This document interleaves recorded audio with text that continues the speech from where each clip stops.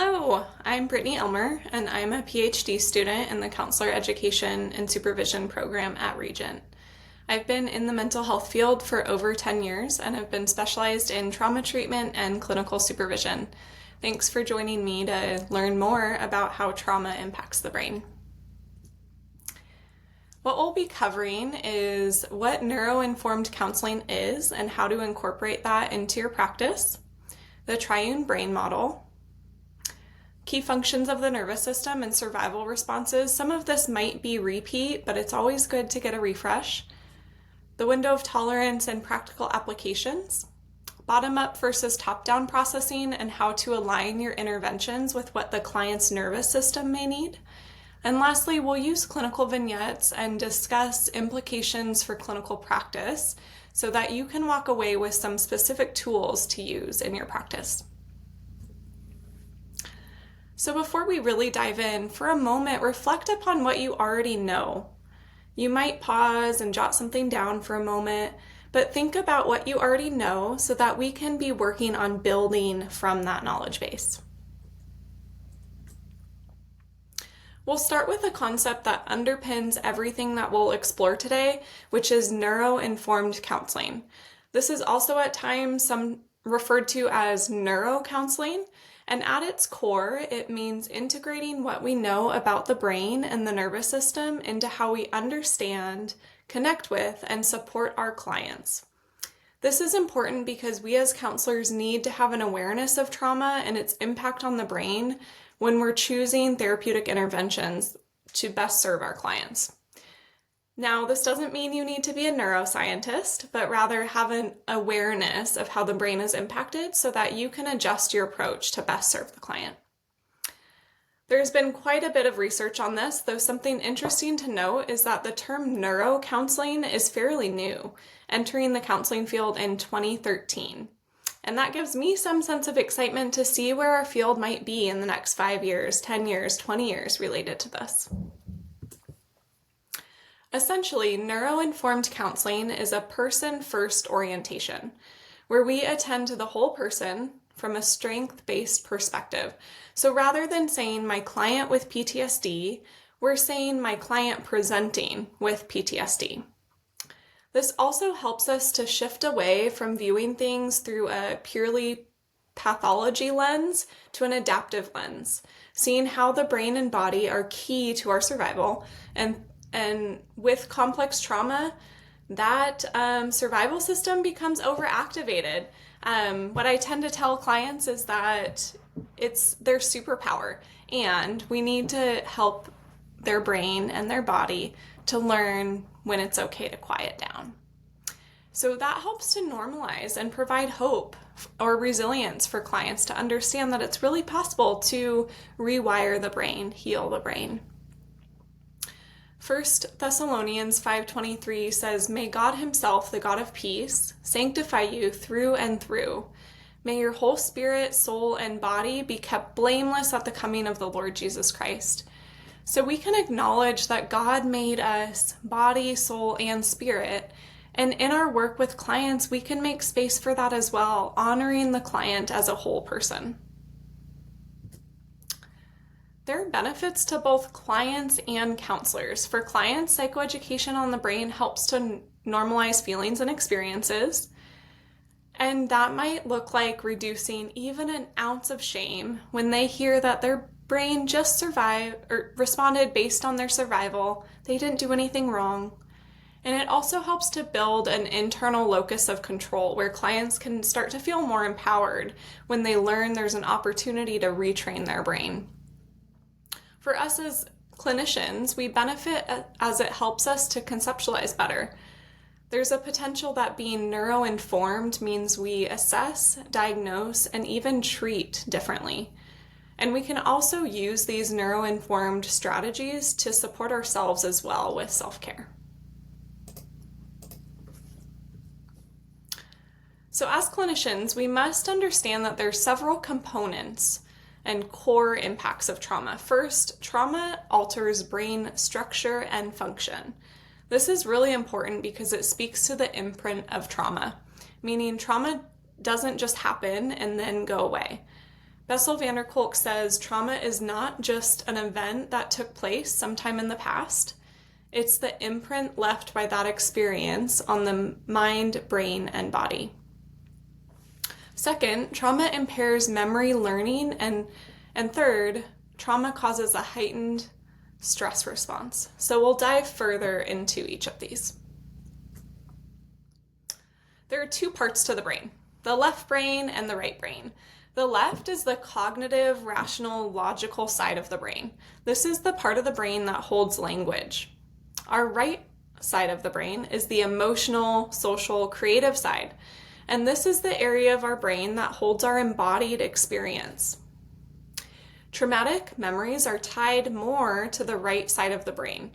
And this is why clients will say they can't remember everything, but they can remember sensory aspects of the trauma, like the smell in the room.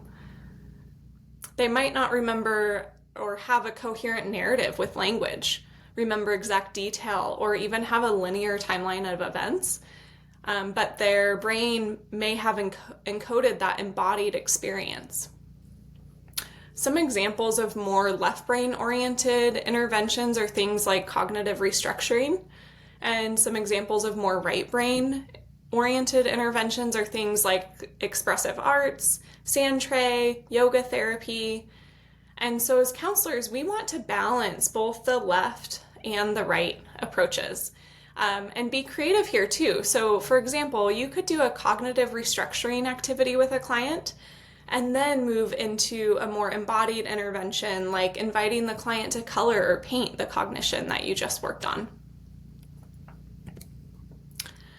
So let's make this simple before we make it difficult. There are three main parts of our brain, which can be seen in the triune brain model, which Daniel Siegel has discussed using a hand brain model. So go ahead and put your hand up like this and tuck in your thumb and fold your hand over. This is what the brain looks like, or how we might describe the brain using our hand model. So the bottom part here is our brain stem. And then inside we have our amygdala and our limbic system. And then here's our prefrontal cortex. So again, this is a simple hand brain model that we could use to describe the brain with clients.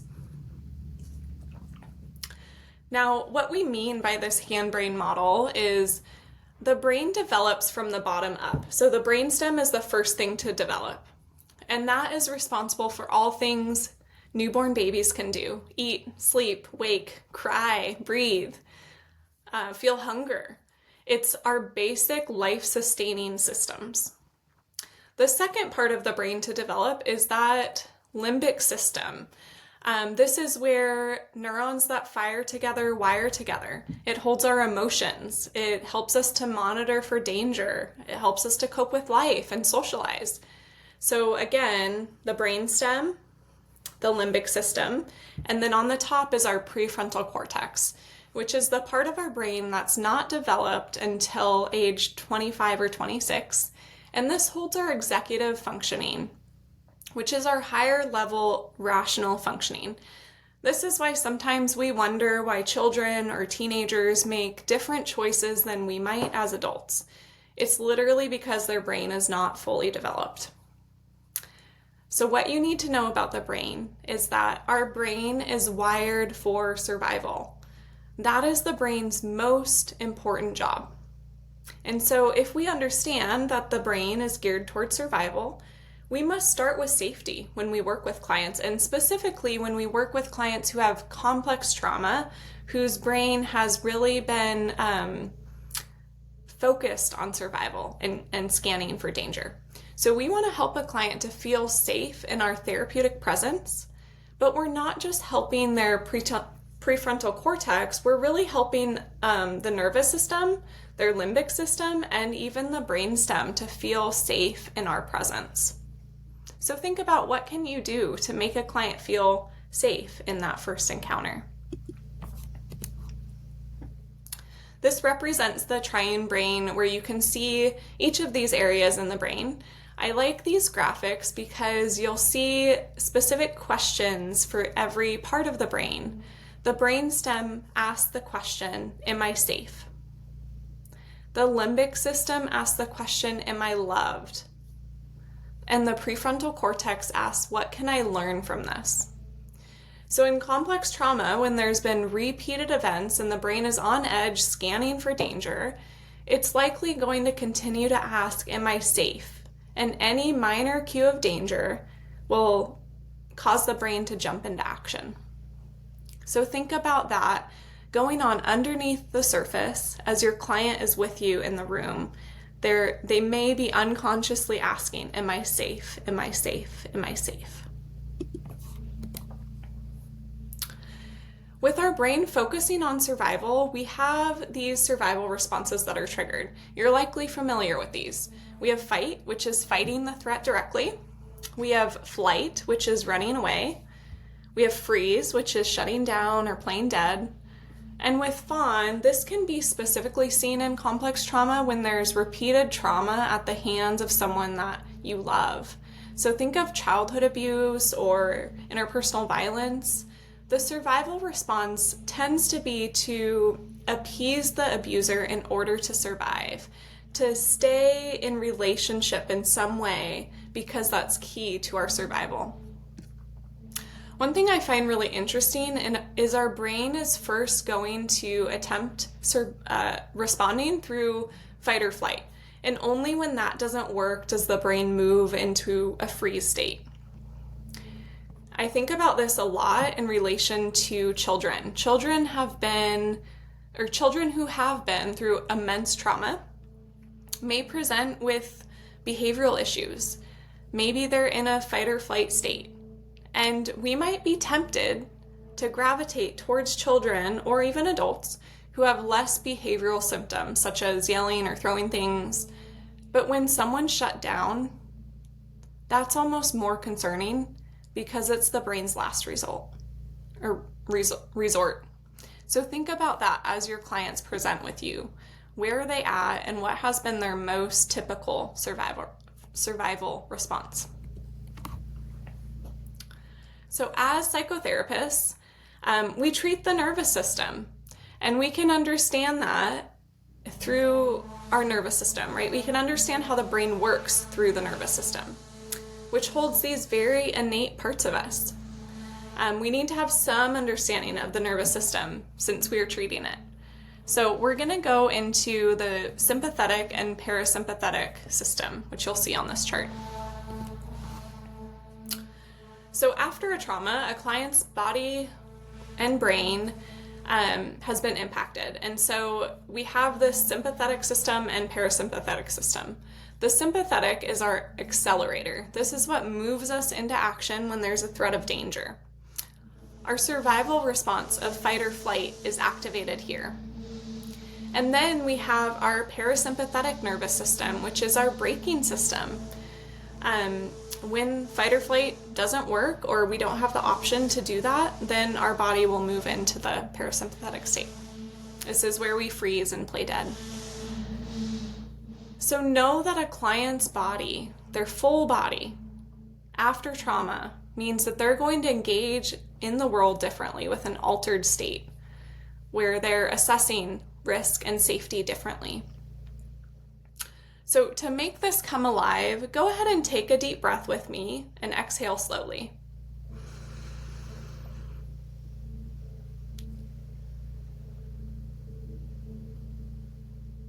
You've just engaged these systems. As you breathed in, you engaged the sympathetic. And as you breathe out with a longer exhale, you activate the parasympathetic. So another big piece here is the amygdala. The amygdala lives in the limbic system and is referred by Bessel van der Kolk as our smoke detector. A smoke detector goes off when there's a real fire, though it also goes off when you've just slightly burnt your chicken. My kitchen doesn't have good ventilation and the smoke alarm goes off quite frequently. And that's a good example of how the brain changes based on environment. So the question is, how does the information get to the smoke detector? It goes through something called the thalamus. Now, the thalamus has a choice in either sending information to the high road, meaning to our prefrontal cortex, our rational, higher order cognitive brain, or sending information to the amygdala, which is the survival brain. It's really fast going to the amygdala, and it's slower going to the prefrontal cortex. So because information is sent to the amygdala so quickly, it fires before we can make sense of what's happening cognitively. And trauma increases the risk of mistriggering, meaning the thalamus may send information to the amygdala when it really should go to the prefrontal cortex. Daniel Siegel talks about the idea of flipping your lid, meaning your prefrontal cortex goes offline, and that can happen more and more frequently if your brain and body are used to that happening, right? So if you've been through complex trauma where you've had to be on edge, any little cue of danger, you're going to flip your lid, and it's going to get more and more kind of familiar to your system. So in a sense, the brain has had more practice in triggering survival responses, which means that it's got a hair trigger now. So this happens without conscious awareness. This is what the road looks like that I just showed. So you can see that the thalamus gets information from the sensory organs, and it has a choice point. Does it send it to the amygdala, or does it send it to the prefrontal cortex? And if it sends it to the prefrontal cortex, it has to go through the hippocampus, so it takes longer. So this shows why the brain or the body is so quick to fire into action before we've been able to cognitively process if it's gone to the amygdala. Trauma survivors are like cars without brakes and must learn different mechanisms. So can you imagine how scary it would be to feel like a car without brakes, or even be in a car without brakes? We need both our sympathetic and our parasympathetic systems, and we have to know when to accelerate and when to push the brakes. I think this is really important related to the triphasic model, or the phase-based treatment model, where phase 1 is safety and stabilization, phase 2 is that active trauma processing, remembrance and mourning, and phase 3 is reconnection. So think about why it might matter to know about the brain, to understand the brain when we're approaching treatment. We want to provide the necessary foundation for clients, the information and coping skills, so that when they're proceeding into trauma processing, they know how to use their brakes. And if we think about it from the window of tolerance, which we'll talk about before, right? We need to know when to use the brakes, but also when to use the gas.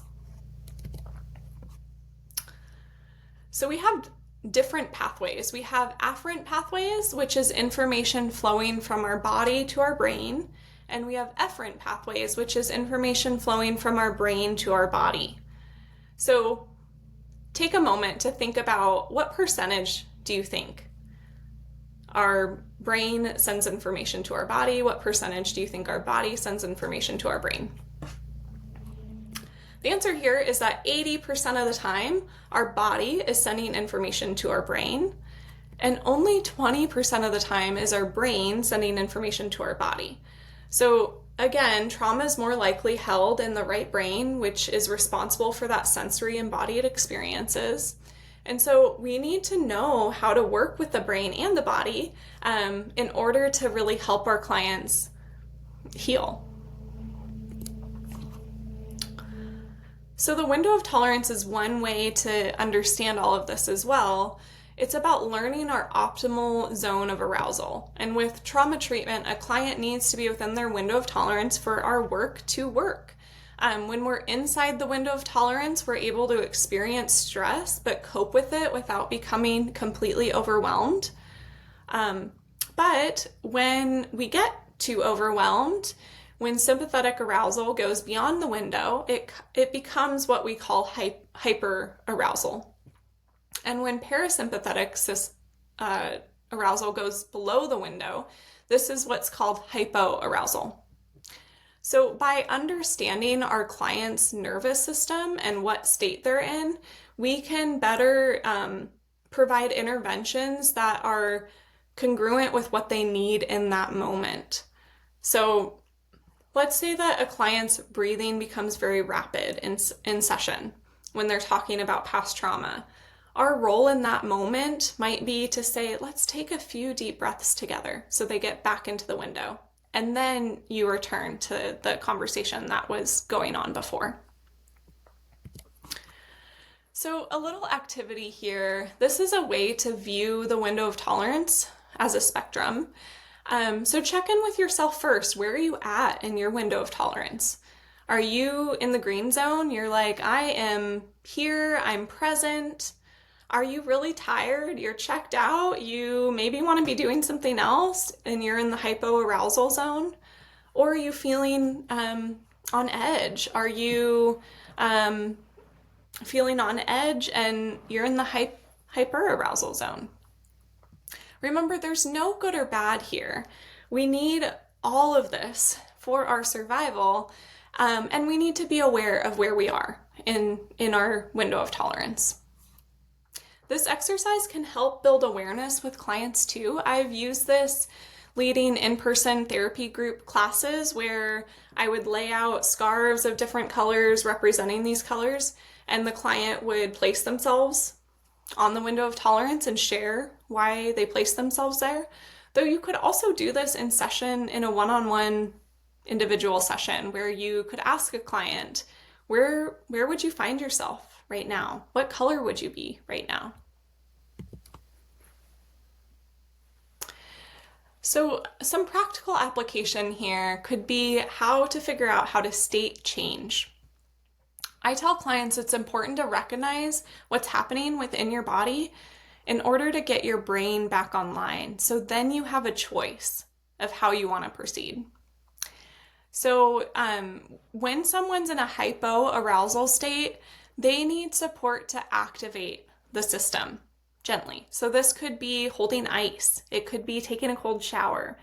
It could be taking a hot shower.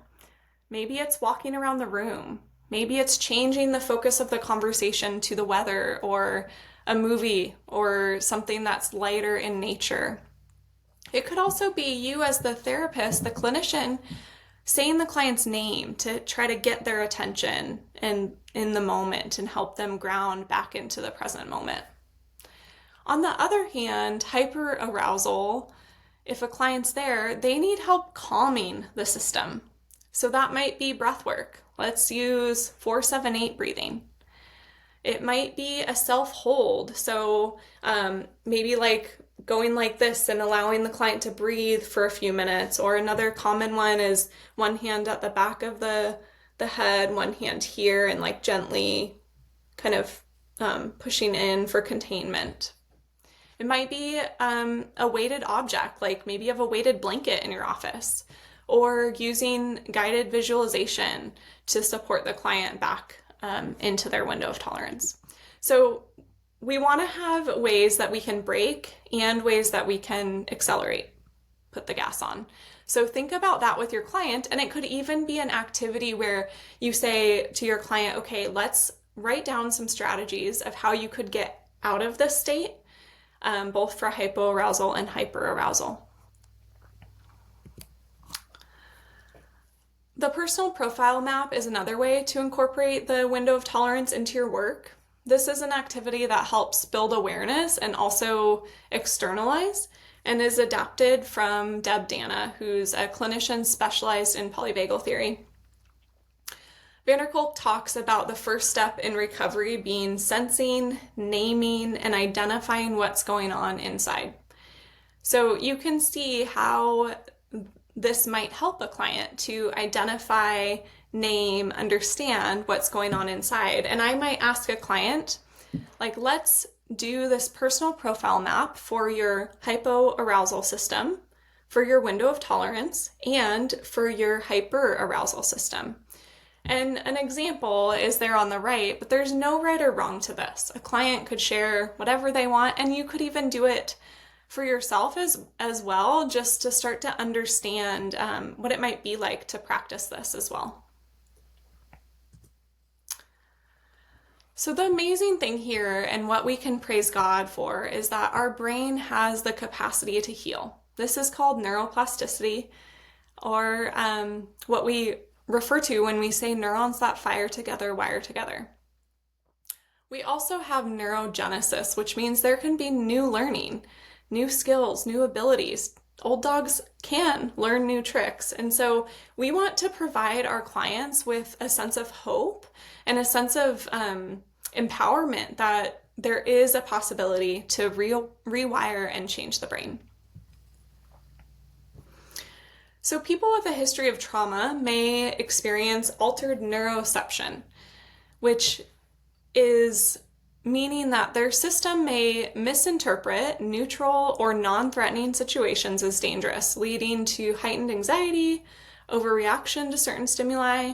That's pretty common in conditions like PTSD. But neuroception is perception without awareness. So all day long, we are scanning our environment for cues of danger and cues of safety. And our brain will make decisions based on those cues.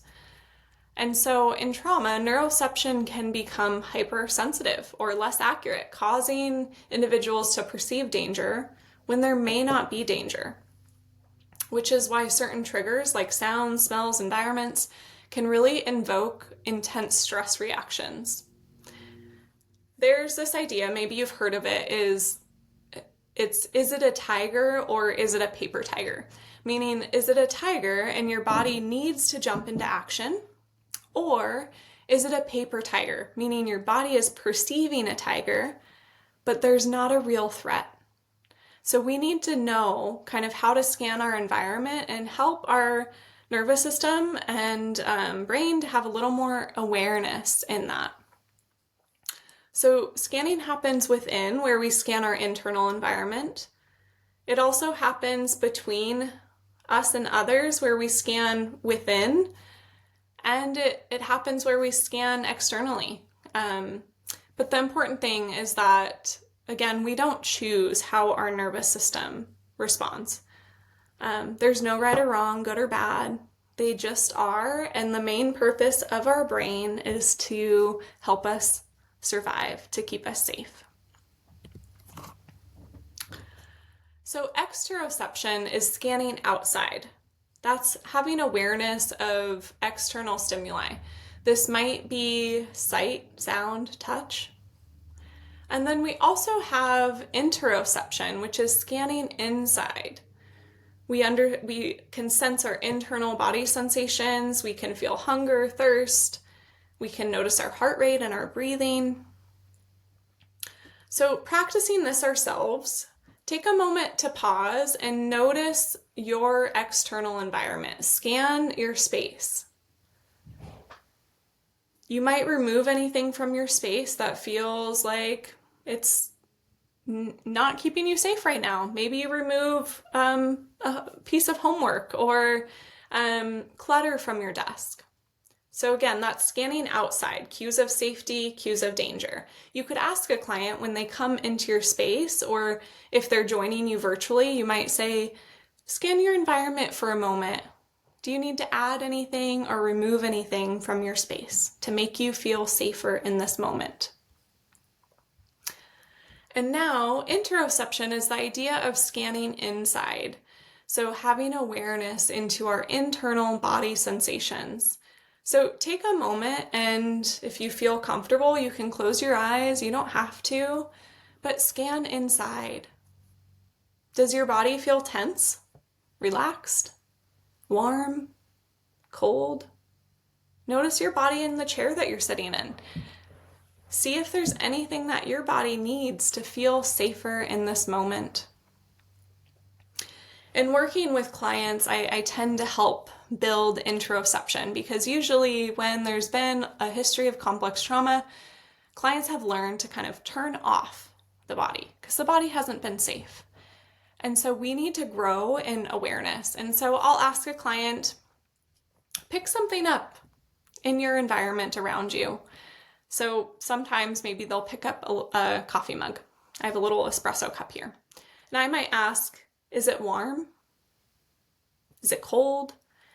What's the surface like? Is it smooth? Is it rough? Is it light? Like, feel the weight in your hand. And I'll have them describe that, and they'll begin to notice different sensations, maybe that they weren't aware of before. Or another way that I have done this before is I'll say, like, for a moment, just do this with me. So I'll have them do this for a minute, and then I'll ask them to separate their hands and see what they notice. Sometimes they'll say, I feel warmth, or I feel tingling in my hands. Another strategy is ball up your fist like this. And then if you release, you might notice the ridges of your fingernails in the palm of your hands. And so it's another simple activity to help the client to build that internal awareness of their body sensations.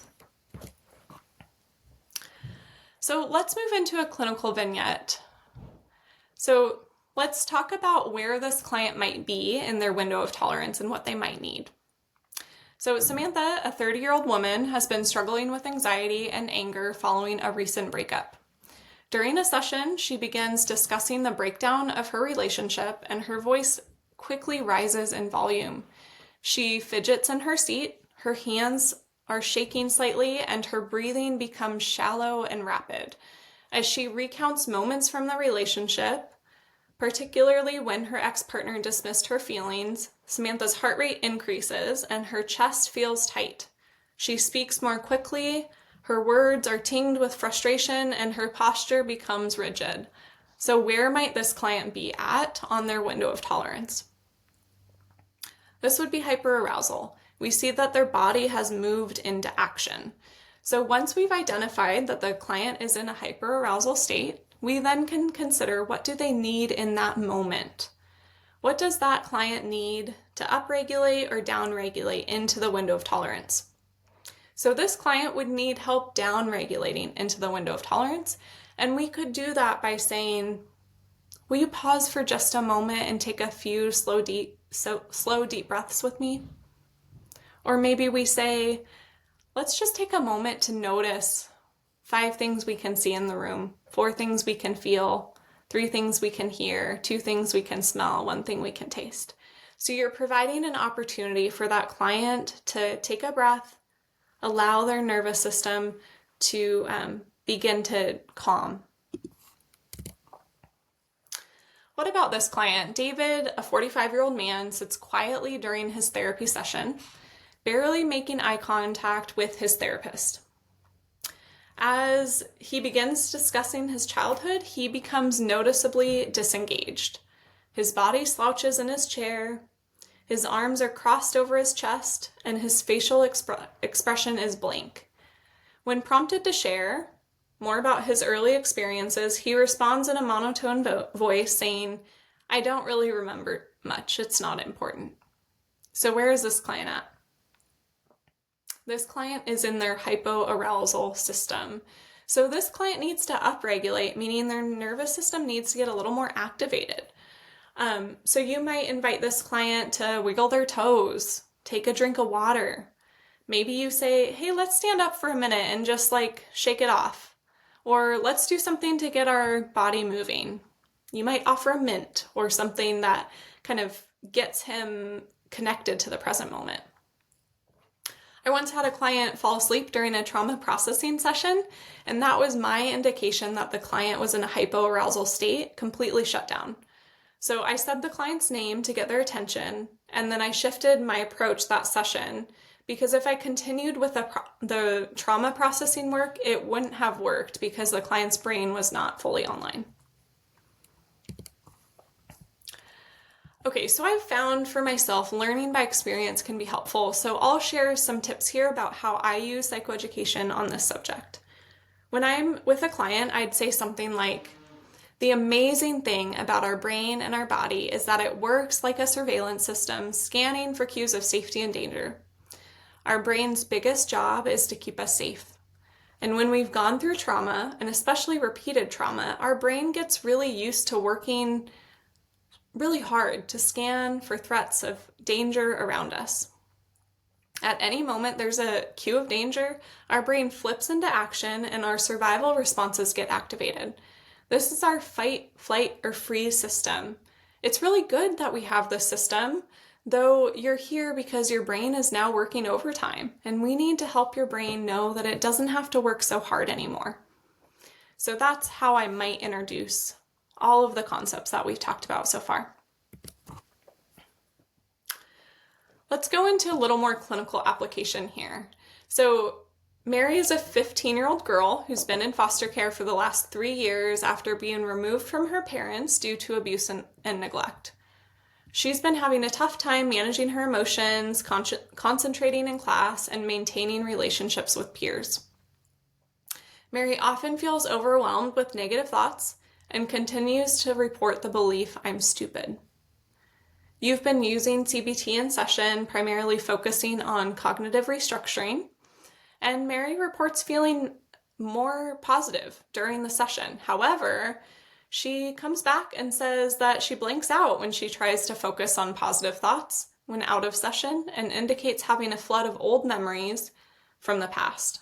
These memories make her feel like she's not good enough. So how might you start the next session being neuro-informed? So again, the whole purpose of this is understanding how is a client presenting and what does their nervous system need in order to heal. So an option here might be that next session you could incorporate more body awareness in session, inviting the client to notice their internal sensations. Or you could focus the frame of the session and say, let's try something a little bit different here. Let's focus on seeing what your body feels like as you talk about this negative thought. So think about what might you do to pivot if you're noticing that the client's nervous system might need something a little different. So researchers have noted that trauma is stored in somatic memory. And I think that quote is really important to think about in terms of our phase-based trauma treatment approaches. So it matters by thinking about where is that the trauma is stored in the nervous system, in the somatic memory. And so we have to address that. We can't just say, oh, a client's trauma happened so long ago. We need to understand that the brain has been impacted and that memory is stored in their somatic memory. So what does that mean exactly? Well, trauma is held in the body. Trauma can't tell time. And again, that means that for a client, it might feel as though, even though it happened 20 years ago, it feels like it happened yesterday or today or even happening right now. And so we want to help a client to be able to regulate their nervous system, and also then help the brain and the body to know that time has passed and that they're no longer stuck in that old trauma. So if trauma is held in the body and the body can't tell time, what do we do as counselors or clinicians? One practical strategy I have found is to provide psychoeducation and attunement through nesting dolls as a way to help a client to understand what's happening in their body. So if we put this into context, I'm thinking of a client I've worked with who presented with complex trauma rooted in childhood attachment wounds. She grew up in a highly unpredictable environment with a parent who struggled with active alcoholism, and the main core wound was around feeling like she was unseen, like she had to earn love, and that there was this overall sense of not being good enough. So in therapy, she described intense jealousy in relationships, which made it really hard for her to connect and control those feelings. She would often become anxious, sensing that her partner was interested in someone else, even to the point of being on edge in public fairly consistently. And she'd say things like, I don't understand what's wrong with me. I just can't control myself. So I have these nesting dolls in my office, and I would say to this client, it sounds like your little self, that 10-year-old, is crying out and feeling afraid of being abandoned. What does that younger part of you need? How can you give this younger part of you what you need? So again, I would help the client to understand that though those prior events happened a long time ago, they're within her. Her body is holding that memory. And so helping the client really to reconnect with the younger part of themselves so that they can repair those wounds that happened. We also talked about when she was activated, her rational thinking would go offline. And so I described that using the hand-brain model. And once she was able to have awareness, she was able to notice some of the early warning cues and use skills to then help her stay grounded in the present moment. Okay, since we know this as counselors, we can incorporate a neuro-informed approach. There are some ways to speak more directly to a client's nervous system and work to incorporate some of these right brain activities, or be mindful of left and right brain. So I always ask clients very frequently, what do you notice in your body? Let's take a moment to notice how your external environment feels.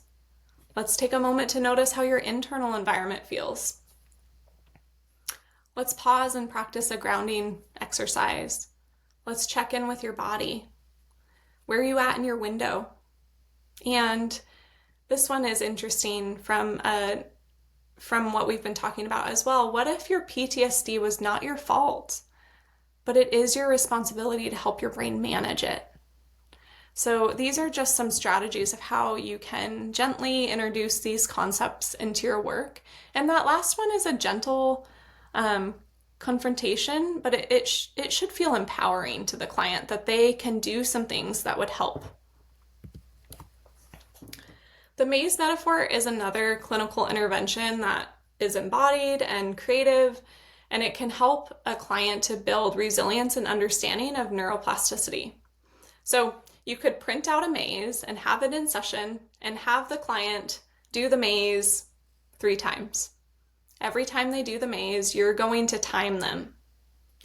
And you're going to see how the client likely will get better at the maze every time, because the brain likely will adapt to what it has learned. And so this was shown in this research article where the client did get faster at this, and they were able to see that their neural networks changed in response to repeating the task. So you can think about using this if you want, and it can also go even beyond this, where you give a more complex maze, or you reflect on self-talk and body sensations. But think about how you can be creative with your clients to help bring some of these concepts to life. So the goal of treating PTSD or complex trauma is to help people live in the present. And Bessel van der Kolk says, therapy won't work as long as people keep getting pulled back into the past. And so top down is our traditional talk therapy methods, which focus on a cognitive-based purpose. It tends to need the prefrontal cortex to be online. And a bottom-up approach is a body-based approach where we're focusing on the body first. So examples of a top-down approach might be like CBT, psychodynamic, and a bottom-up approach is things like play therapy, EMDR, brain spotting, sand tray. So really we want to, again, know where our client is at, and they may need a bottom-up approach first before their prefrontal cortex is back online, and then they can engage in some of the top-down activities. So again, therapy won't work if the client is being back pulled into the past, so we have to address the past and help the body and the nervous system from a bottom-up approach to feel stable.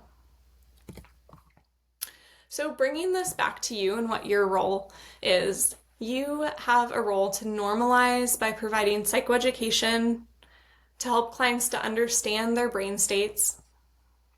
You can adapt by leading with curiosity and adapting your approach based on what the client's nervous system may need in session. And then you can enhance, meaning strengthen recovery efforts through body-based connections by being mindful of incorporating both left brain and right brain interventions. So I'll share an example in my own clinical work. In my practice, I have learned to slow down the intake process with complex trauma. It can feel quite overwhelming for the nervous system and the brain to share with deep vulnerability before trust has been built. So I'm first going to develop trust and rely on co-regulation, allowing the client to borrow my regulation until they can learn skills and regulate on their own. I'm going to stay attuned to nonverbal cues and lead with curiosity. I might notice when a client crosses their arms or starts to look distracted or holds their breath, because that gives me cues to how their nervous system is doing. I tend to provide lots of psychoeducation using concepts we've covered today and also referring to polyvagal theory. And then I begin to build coping skills and resources. We don't want to remove a potentially maladaptive coping skill until there's a new one in replacement. And I always tell clients this is about providing you with the ability to choose rather than being on autopilot. So I want them to have an option to either choose to numb out with TV or use deep breathing to regulate. I just don't want their body to always go to the TV because that's what it's learned and known. I want them to have a choice. And from there, we've hopefully built the foundation to engage in active trauma processing. I do use EMDR and other trauma treatment modalities in that phase. And this process is never linear, right? We're going to probably return to the resource building as we need to. And likely as the client gets ready to end therapy, we're going to focus on closure and reconnection. So what's one thing you'll carry forward to use in your sessions, maybe this week or in the following weeks? Jot down your one thing, maybe something that really stuck with you today, and keep learning. Thank you.